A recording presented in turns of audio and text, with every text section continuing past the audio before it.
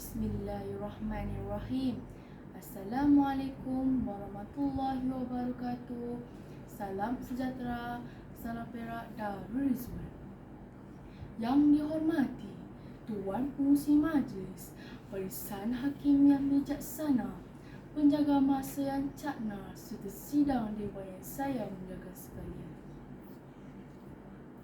Sidang dewan yang dihormati, berdiri saya pada hari ini untuk menyampaikan pidato bertajuk Fungsi Institusi Diraja dalam Sistem Pemerintahan Negara.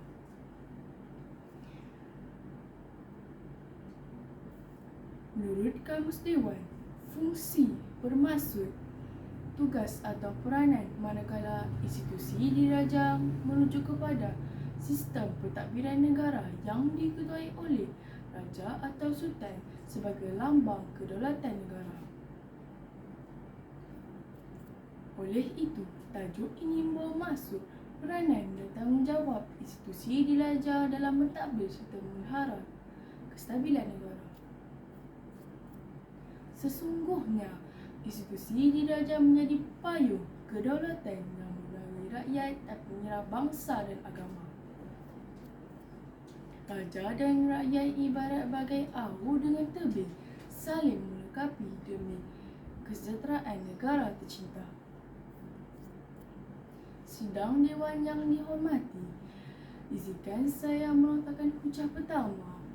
Institusi diraja berperanan sebagai pelindung perlembagaan dan kestabilan negara. Raja memastikan sistem pentadbiran berjalan mengikut undang-undang dan tidak disalahgunakan oleh mana-mana pihak. Dalam situasi politik yang kadang-kadang tidak stabil, institusi diraja menjadi penentu kepada keamanan dan kelangsungan negara secara berperlembagaan. Sidang Dewan yang dikasihi, beralih pula kepada wacana kedua. Institusi diraja menjadi simbol paduan rakyat di negeri Perak ke bawah Duli Yang Maha Mulia Paduka Seri Sultan Perak Darul Rizwan Sultan Nazim Muizzuddin Shah Ibni Arrahum Sultan Azlam Muhibbuddin Shah Al-Mahullah sering menzahirkan titah agar rakyat sentiasa bersatu padu, menghormati perbezaan dan menolak perpecahan.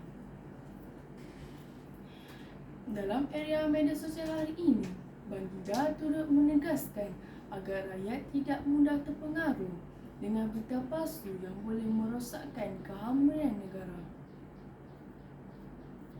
Sidang Dewan sekalian, kupasan terakhir saya menjurus kepada institusi diraja berfungsi sebagai penjaga adat, budaya dan jati diri bangsa.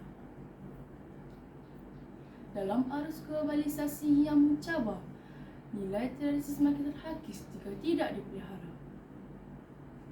Justru, institusi diraja menjadi benteng yang memastikan warisan bangsa tidak hilang di telan zaman.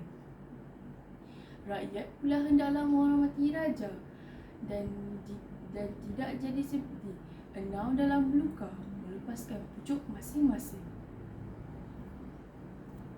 Kesimpulannya, sebagai rakyat negeri Perak, kita hendaklah menghormati raja, mematuhi undang-undang serta menjaga perpaduan. Tanggungjawab ini penting demi memastikan negeri terus aman dan maju. Bunga melati harum wangi, pekar sekutum di hujung laman. Daulat raja kami junjungi, Perak makmur sepanjang zaman. Sekian, terima kasih.